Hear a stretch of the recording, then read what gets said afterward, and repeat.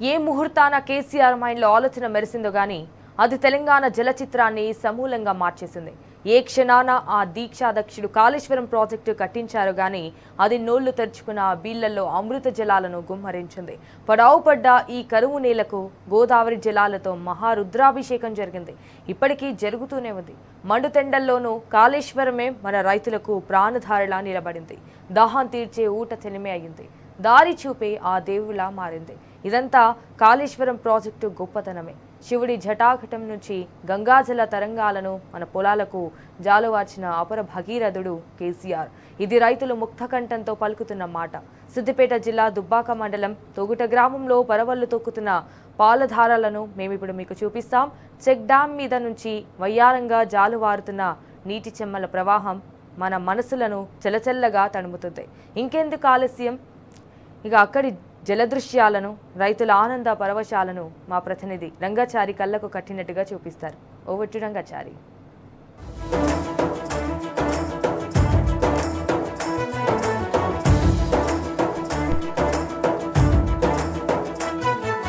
తెలంగాణ మడి ఆరకుండ తడి శివుని సిగను విడి జలధార మేడిగట్ట ఒడి కట్టుకొని గుడి కొలువు తీరనట మనసారా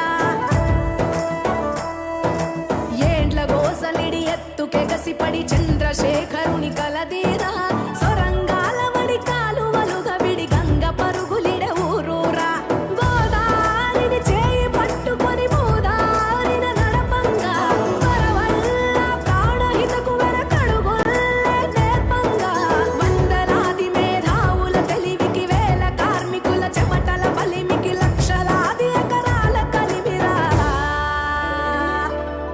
కాళేశ్వరం అదిగో జల కాళేశ్వరం అదిగో కాళేశ్వరం అదిగో మన ప్రాణేశ్వరం అదిగో కాళేశ్వరం అదిగో జల కాళేశ్వరం అదిగో కాళేశ్వరం అదిగో మన ప్రాణేశ్వరం అదిగో.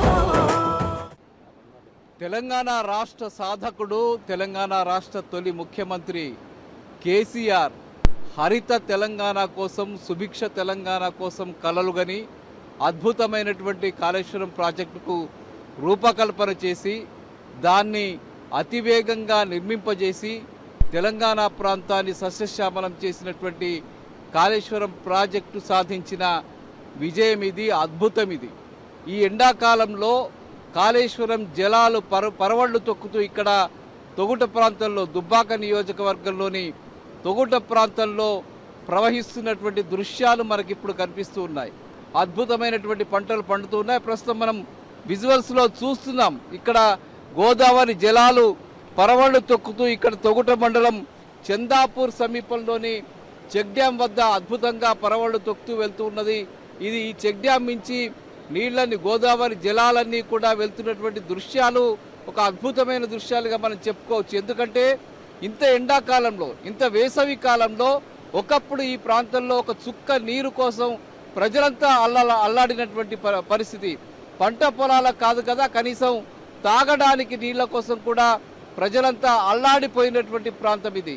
ఈ ప్రాంతాన్ని సస్యశ్యామలం చేయాలని ఒక లక్ష్యంతో మాజీ సీఎం, టీఆర్ఎస్ అధినేత, అట్లాగే తెలంగాణ రాష్ట్రాన్ని సాధించినటువంటి నేత ఈ ప్రాంతంలో కరువు ఉండకూడదు, రైతుల ఆత్మహత్యలు ఉండకూడదు, పంటలు సుభిక్షంగా పండాలి, ఒక హరిత తెలంగాణగా మారాలి అని ఒక లక్ష్యంతో ఆత్మహత్యలకు చిరునామాగా ఉన్నటువంటి ప్రాంతాన్ని సస్యశ్యామలం చేయాలని ఒక లక్ష్యంతో గోదావరి నదిపై మేడిగడ్డ వద్ద ప్రారంభమైనటువంటి కాళేశ్వరం ప్రాజెక్టు నిర్మాణ ప్రక్రియ దాదాపు 16 ప్రాంతాల్లో 270 కిలోమీటర్ల పైప్ లైన్లు, మిగతా ప్రాంతాలు దాదాపు 560 కిలోమీటర్ల ఎత్తు. అటు గోదావరికి, ఇప్పుడు మనం ఉన్న ప్రాంతానికి దాదాపు 560 కిలోమీటర్ల ఎత్తులో ఉన్నటువంటి ప్రాంతానికి లిఫ్ట్ల ద్వారా వివిధ ప్రాంతాల్లో 16-17 ప్రాంతాల్లో లిఫ్టులను ఏర్పాటు చేసి ఇక్కడికి నీళ్లను తరలించి ఇక్కడ సిద్దిపేట జిల్లాలో రంగనాయక సాగరు, మల్లన్న సాగరు, కొండపోచమ్మ సాగరు ఈ రిజర్వాయర్లను నిర్మించి రంగనాయక సాగర్లో 3 టీఎంసీలు, మల్లన్న సాగర్లో 50 టీఎంసీల నీటి సామర్థ్యము, కొండపోచమ్మ సాగర్లో దాదాపు 15 టీఎంసీల నీటి సామర్థ్యంతో నిర్మాణానికి సంబంధించి నీళ్లను నిల్వ ఉంచి అవసరం ఉన్నప్పుడు నీటిని విడుదల చేసుకుని రైతులకు అందించాలనేటువంటి ఒక లక్ష్యంతో చేసినటువంటి ఒక భగీరథ ప్రయత్నం ఏదైతే ఉందో ఆ ప్రయత్నం విజయవంతమై గత 4-5 సంవత్సరాలుగా గోదావరి జలాలు ఇట్లా పరవళ్ళు తొక్కుతూ కాళేశ్వరం జలాలు పరవళ్ళు తొక్కుతూ ఈ ప్రాంతాన్ని సస్యశ్యామలం చేస్తున్నాయి. ఇక్కడికి వచ్చి చూస్తే అర్థమవుతుంది గోదావరి నీళ్లు ఎట్లా వస్తున్నాయి, కాళేశ్వరం ప్రాజెక్టు సాధించిన విజయం ఏమిటో ఇది చాలా స్పష్టంగా కళ్ళారా కనిపిస్తుందని చెప్పి మనం చెప్పుకోవచ్చు. ఈ ప్రాంతానికి సంబంధించిన కొంతమంది రైతులు ఇక్కడ ఉన్నారు, వాళ్ళనే ఒక్కసారి అడిగి తెలుసుకుందాం వాళ్ళ అనుభవాలు ఏమిటి, గతంలో వాళ్ళకున్నటువంటి అనుభవాలు ఏమిటి, ఇప్పుడు అనుభవాలు ఏమిటి, ఈ కాళేశ్వరం ప్రాజెక్టు వచ్చిన తర్వాత ఈ నిండు ఎండాకాలంలో వస్తున్నటువంటి ఈ గోదావరి జలాలను చూసి ఈ ప్రజలేమనుకుంటున్నారు, ఈ రైతులేమనుకుంటున్నారు ఒక్కసారి వాళ్ళనే అడిగి తెలుసుకుందాం. చెప్పండి రామరెడ్డి గారు, మీరు ఈ ప్రాంతానికి సంబంధించిన ఒక రైతుగా ఉన్నారు, గతంలో ఇక్కడ ఉన్నటువంటి పరిస్థితి ఏమిటి, ఈ కాళేశ్వరం ప్రాజెక్టు వచ్చిన తర్వాత ఇక్కడ ఏర్పడినటువంటి పరిస్థితులు ఎట్లా ఉన్నాయి? దుబ్బాక నియోజకవర్గం అంటేనే కరువు ప్రాంతం. వర్షాధారంగా మాత్రమే వ్యవసాయం సాగు చేసే పరిస్థితి ఉండే. ఈ కూడవెల్లి వాగు కూడా భారీ వర్షాలు కురిసినప్పుడు మాత్రమే వాగు ప్రవహించేది. వాగు వస్తేనే నారు పోసుకోవడం, నాటేసుకునే పరిస్థితి ఉండేది. చాలా ఏళ్ళు కూడా నారు పోసుకున్న తర్వాత కూడా నీళ్లు రాకపోవడంతో నారు కూడా ఎండిపోయినాయి. మగదున వేసుకుని మగదున పండిపోలేదు. వర్షాకాలం పంట కూడా పండలేదు. వాస్తవానికి ఈ భారీ నీటిపారుదల ప్రాజెక్టులు లేవు, చెరువు గుంటల వాసన వర్షాధారం కాబట్టి నీరు చాలా ఇబ్బందులు పడ్డాం. కేసీఆర్ వచ్చిన తర్వాత 5 సంవత్సరాలుగా వాస్తవానికి ఇక్కడ కరోనా లేకుండా అయిపోయింది. గతంలో వర్షాకాలం పంట పండేది కాదు, ఈసారి వర్షాకాలం యాసంగి అన్ని రకాల పంటలు పండుతున్నాయి. అలాగే మత్స్యశాఖ సంబంధించిన చేపలు కూడా వృద్ధి అవుతున్నాయి. చాలామంది అంటుంటారు కేసీఆర్ ఏం చేసినట్టు కదా. కేసీఆర్ ఏం చేసిన సన్యాసులు ఒకసారి ఈ వాగాడికి వచ్చి చూడాలి, ఒకసారి నీళ్ళు వస్తున్నాయి చూడండి ఒకసారి.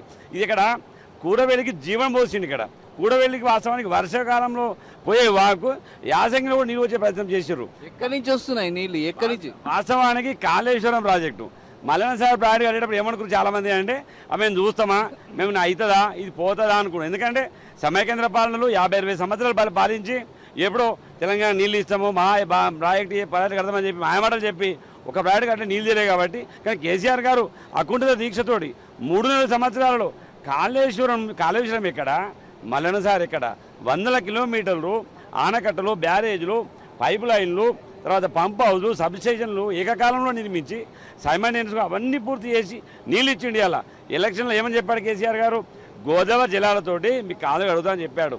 అలాంటి కేసీఆర్ గారు చెరువు వలనే ఈ ప్రాంతం బతుకుతుంది, ఈ ప్రాంతం సస్యశ్యామలం అవుతుంది.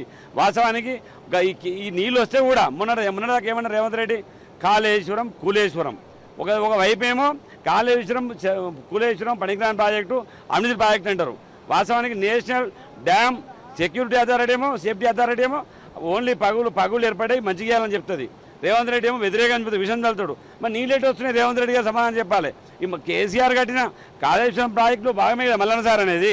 ఇదేదో రేవంత్ రెడ్డి లేకపోతే రాజశేఖర కట్టింది కాదు కదా. ఇప్పుడు నిజాలు గమనించాలి. అబద్ధాలు ఆడుకుంటూ మసిపూసి మారడికాయ చేసి ప్రజలు నమ్మే పరిస్థితి లేదు. హైకోర్టు కూడా ఈరోజు బరాబర్ తీర్పిచ్చింది. అందుకే చెప్తున్నాం కేసీఆర్ గారికి ఈ ప్రాంత ప్రజలు ఎప్పటికీ రూపాయి ఉంటారని చెప్పి తెలియజేస్తున్నాను. మేము 550 ఫీట్లు వేసినాం సార్, ఒక చుక్క నీళ్లు వల్లేదు. కేసీఆర్ పుణ్యమా అని దేవుని దయ వల్ల ఈసారి 3 పంటలు పండించుకుంటున్నాం అయ్యా. మేము ఒక 5 సంవత్సరాలు అవుతుంది సార్. అంతకుముందు ఇలా ఏముండకపోవు, తాగనీకి నీళ్ళు కూడా దొరకపోవు. మేము 550 ఫీట్లు వేసి మా నాన్నగారు జీతం ఉండి 550 ఫీట్లు వేసిండు, అయినా చుక్క నీరు వల్లేదు. ఒక ఆపించిన వాడుతుండే ఆ కరెంట్ సరిగ్గా ఉండకపోవు. అసలు ఒక నార్మల్ ఒక పావెకరం కూడా వాడకపోవు. ఈరోజు కేసీఆర్ పుణ్యమని 3 పంటలు పండించుకుంటున్నాం అయ్యా. మేము కాళేశ్వరం నుంచి సారు కట్టిండు వస్తున్నాయి అయ్యా. ఈ ఏరియా నీళ్లు పడాయి, బోర్లు వేయొద్దు అని చెప్పి కూడా గవర్నమెంట్ కూడా కొన్ని చట్టాలు ఏర్పాటు చేసి బోర్లు వేయని పరిస్థితి ఉండే నీళ్లు లేక. అలాంటి టైంలో ఈరోజు తెలంగాణ వచ్చినాక కేసీఆర్ హయాంలో కాళేశ్వరం నుంచి ఇన్ని ఆయకట్టలు రిజర్వాయర్లు తీసుకొచ్చి ఈ ప్రాంతానికి సస్యామలం చేసి 3 ప్రాంతాలకు నీళ్లు ఇస్తున్నారని చెప్పి అంటే ఇది మేము సంతోషపడ్డ ఏరియా. మేము కేసీఆర్కు ఎల్లవేళ రుణపడి ఉంటాము. దీంతోపాటు సబ్ కాలువలు కూడా కొన్ని నిర్మాణంలో ఈ ప్రభుత్వం నిర్లక్ష్యంగా వహించి కొన్ని దగ్గర ఉన్నటువంటి గ్రామాలకు కూడా సబ్ కాలువ చేయలేని దుస్థితి ఉంది. వాళ్ళు ఏమంటారు కాళేశ్వరం కూలేశ్వరం అని చెప్పి అంటారు. అయ్యా మీరు ఇక్కడ ఈ ప్రాంతంలో ఉన్న సబ్ కాలువలు నిర్మాణం చేసి మా రైతాంగానికి నీళ్ళు ఇవ్వని చెప్పి మేము కోరుకుంటే మీరు ఎంతసేపు కేసీఆర్ను తిట్టడమే తప్ప, కేసీఆర్ మీద కేసు వేయడం తప్ప మీకు వేరే జపం లేదు. మీరు 2.5 ఏళ్ళు అవుతుంది, 2.5 ఏళ్ళలో ఒక్క కాలువ తట్టడి మట్టి తీసినట్టు చూపించండి. మా రైతులు సొంతంగా డబ్బులు వేసుకొని కాలువ సాగు చేస్తున్నారు. మా ఎమ్మెల్యే గారి కృషితో ఈ మధ్యలో కూడా ఆర్డీఓ గారు పిలిపించి కూడా ప్యాకేజ్ 11, ప్యాకేజ్ 12, ప్యాకేజ్ 13లో కూడా కొన్ని కాలువల నిర్మాణం ఎందుకు చేయరని చెప్పి మన అసెంబ్లీలో కూడా మాట్లాడాడు. ఇలా ఏప్రిల్ మాసంలో ఇంత ప్రభావం పోతుందంటే ఈ ప్రాంతం చేసుకున్నటువంటి, ఈ పబ్లిక్ చేసుకున్నటువంటి పుణ్యమాన్ని కేసీఆర్ దైవ సాక్షిగా అని చెప్పి మాకు ఇక్కడ రావడం జరుగుతుంది. ఇది మనకి ఇక్కడ ఈ రైతులు చెప్తున్న ప్రధాన విషయం. ముఖ్యంగా చాలా మంది రైతులు ఇక్కడ చెప్తున్నది ఒక్కటే, గత 5 ఏళ్ల క్రితం ఈ ప్రాంతం అంతా కరువు పీడిత ప్రాంతం. బోర్లు వేసి రైతులు పూర్తిగా కునారిల్లిపోయి అప్పుల పాలైపోయి ఆత్మహత్యలు చేసుకున్నటువంటి ప్రాంతం ఇది. అట్లాంటి ప్రాంతానికి కేసీఆర్ గోదావరి జలాలు తెచ్చి కాళేశ్వరం ప్రాజెక్టును నిర్మించి ఈ ప్రాంతాన్ని సస్యశ్యామలం చేసిన నేపథ్యంలో 5 ఏళ్లుగా ఈ ప్రాంతం అంతా కూడా పచ్చటి పంట పొలాలతో మన అల్లారుతున్నటువంటి ప్రాంతం ఇక్కడ కనిపిస్తుంది. మొత్తానికి ఈ ప్రాంతం సస్యశ్యామలం అయిందంటే అది కాళేశ్వరం ప్రాజెక్టు సాధించినటువంటి విజయం ఇది. ఇట్లా నిండు ఎండాకాలంలో గోదావరి జలాలు ఇక్కడికి వస్తున్నాయంటే అది కాళేశ్వరం ప్రాజెక్టు సాధించిన విజయంగా మనం చెప్పుకోవచ్చు. దానికి ప్రత్యక్ష సాక్ష్యమే ఇక్కడ పరవళ్లు తొక్కుతూ వెళ్తున్నటువంటి గోదావరి జలాలుగా మనం చెప్పుకోవచ్చు. కెమెరామెన్ వెంకట్తో రంగాచారి, టీ న్యూస్, చందాపూర్.